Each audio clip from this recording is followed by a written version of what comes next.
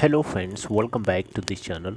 दोस्तों, इस वीडियो के अंदर हम बात करने जा रहे हैं जेपी एसोसिएट्स और जेपी इंफ्रा से रिलेटेड एक खबर आ रही है। लेकिन उससे पहले आप लोगों से रिक्वेस्ट करना चाहूँगा, अगर आप चैनल को फर्स्ट टाइम देख रहे हैं, मेक श्योर कि आप इसे सब्सक्राइब करके बेल आइकन को हिट कर लीजिएगा ताकि आपको वीडियोज़ की नोटिफिकेशन मिलती रहे। जयप्रकाश एसोसिएट्स लिमिटेड, जैसा कि आपको पता है, जेपी ग्रुप की एक फ्लैगशिप कंपनी है। जेपी इंफ्रा आज भले ही डिलिस्ट हो गई हो स्टॉक एक्सचेंज से, लेकिन आज भी उसके इन्वेस्टर्स को इस बात का इंतज़ार है कि जेपी इंफ्रा को वापस रीलिस्ट किया जा सकता है।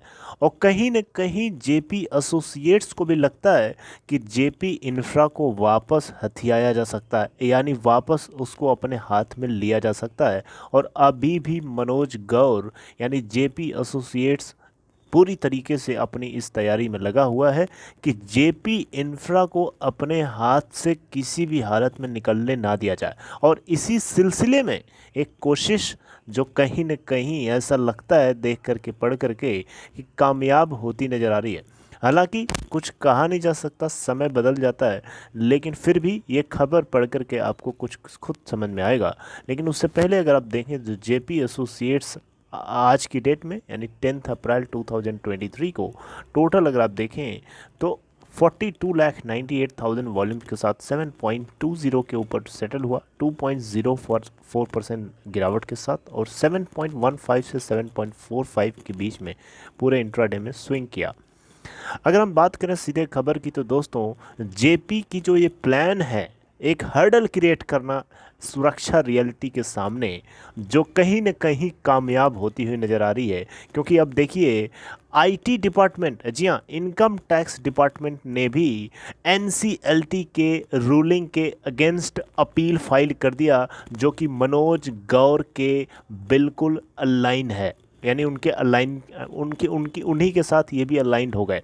यानी आईटी डिपार्टमेंट कह सकते हैं कि जेपी एसोसिएट्स के साथ मिल करके एनसीएलटी के दिए हुए रूलिंग जो बयान है उसके अगेंस्ट अपील कर दिया है।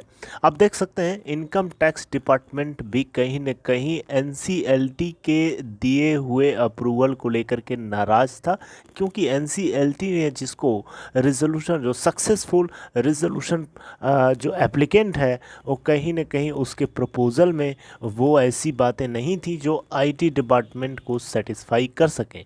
उल्टा आईटी डिपार्टमेंट ने तो ये क्लेम किया है कि जो यहाँ पे जो सुरक्षा रियलिटी ग्रुप है, इसने तो यानी एसआरए यानी सक्सेसफुल रिजोल्यूशन एप्लीकेंट, इसने तो किसी भी तरीके से ये स्टेट ही नहीं किया है।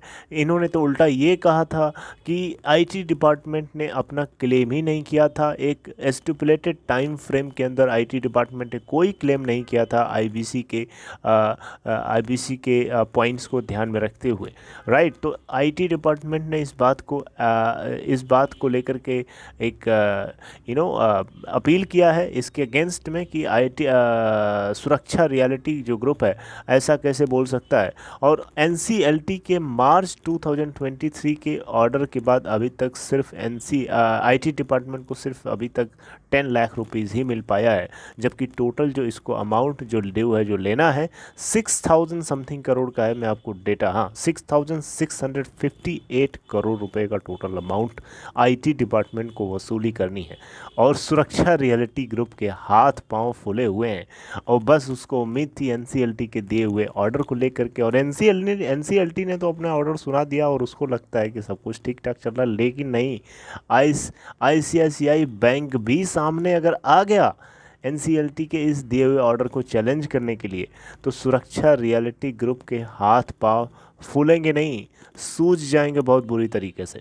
क्योंकि आईसीआईसीआई बैंक भी कहीं ना कहीं ऐसा लग रहा है कि ये एनसीएलटी के ऑर्डर को चैलेंज कर सकता है। तो तीन तीन यहाँ पे बड़ी बड़ी पार्टीज़ एनसीएलटी के दिए हुए अवार्ड को चैलेंज कर सकती हैं, जो कि डेफिनेटली सुरक्षा रियलिटी ग्रुप के लिए एक बहुत बड़ा हर्डल है, एक बहुत बड़ी मुसीबत है, राइट। तो आप देख सकते हैं खबर साफ साफ कहती है, JP plan hits hurdle as IT appeals NCLT ruling. IT का मतलब इनकम टैक्स डिपार्टमेंट।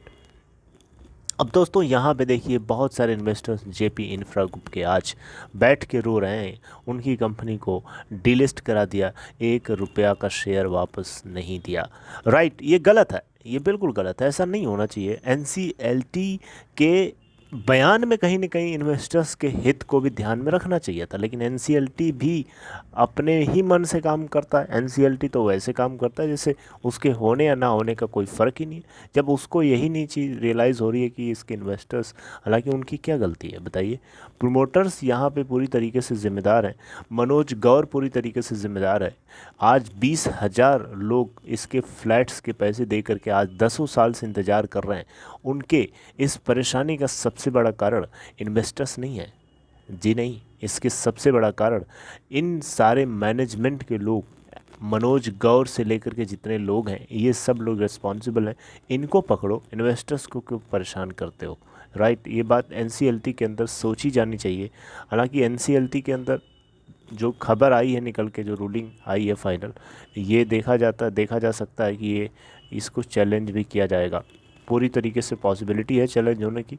और आईसीआईसीआई बैंक इस मामले में अगर साथ दिया तो ये खबर और ज़्यादा हैम्पर होएगी, और डेफिनेटली ये कहीं न कहीं एनसीएलटी के रूलिंग को रूलिंग को जो है चैलेंज करके उसको स्टॉप किया जा सकता है। और यहाँ पे जेपी ग्रुप ने तो साफ साफ कहा भी है, जेपी ग्रुप ने साफ साफ कहा है कि ये चाहते हैं कि जो कमिटी ऑफ क्रेडिटर्स थे उनको वापस, यानी जो यहाँ पे मतलब जेपी ग्रुप यहाँ पे ये प्लान कर रहा है कि जो रिजोल्यूशन प्रोफेशनल है उसको वापस भेजा जाए कमेटी ऑफ क्रेडिटर्स के पास रीसबमिशन के लिए, ताकि इनको मौका मिल सके और ये अपनी कंपनी को फिर से वापस पा सके। क्योंकि आपको देखिए, मैंने पहले कई दफ़े बता रखा है कि जेपी ग्रुप की जेपी इंफ्रा लिमिटेड एक बहुत ही बढ़िया कंपनी थी, उसकी एक एसेट से भरपूर कंपनी थी, और एसेट से कह सकते हैं कि लोडेड थी, और उसी को इसने हथिया लिया। किसने? सुरक्षा रियलिटी ग्रुप ने। और यही बात जो है मनोज गौर को खल रही है और खलेगी आगे, और इसीलिए शायद उनको नींद भी नहीं आती है। राइट, क्योंकि जेपी इंफ्रा लिमिटेड का होना मतलब जेपी ग्रुप की एक बड़ी ताकत है उसके साथ, और वो चली जाएगी तो जेपी ग्रुप कमज़ोर हो जाएगा। राइट, तो इसीलिए यहाँ पे जेपी ग्रुप पूरी तरीके से अपना दम खम लगा के खड़ा है। हालांकि इसमें सफ़र कौन कर रहा है? इन्वेस्टर्स तो कर ही रहे हैं, साथ ही साथ जितने स्टेक होल्डर्स हैं, जो शेयर होल्डर्स हैं, वो तो कर ही रहे हैं। साथ ही साथ जो स्टेक होल्डर्स वो हैं जो इसके घरों को ख़रीद रखा है और उनको अभी तक फ्लाइट नहीं मिला, वो यहाँ पे सफ़र कर रहे हैं।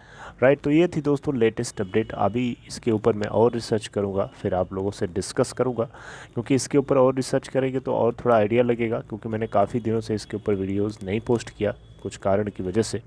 मैं उम्मीद करूंगा कि आगे चल के इसके ऊपर और डिटेल में आपसे स्टडी करूं और आपसे डिस्कस करूं। राइट, तो दोस्तों बस इतना ही। अगर आपको ये कंटेंट अच्छा लगा हो, इस वीडियो को लाइक कर दीजिए और अपने दोस्तों में चाहे तो शेयर करिए। बाकी अपना ध्यान रखिए। मैं आपसे मिलता हूँ नेक्स्ट इन्फॉर्मेशन को शेयर करते हुए। Till then, take care.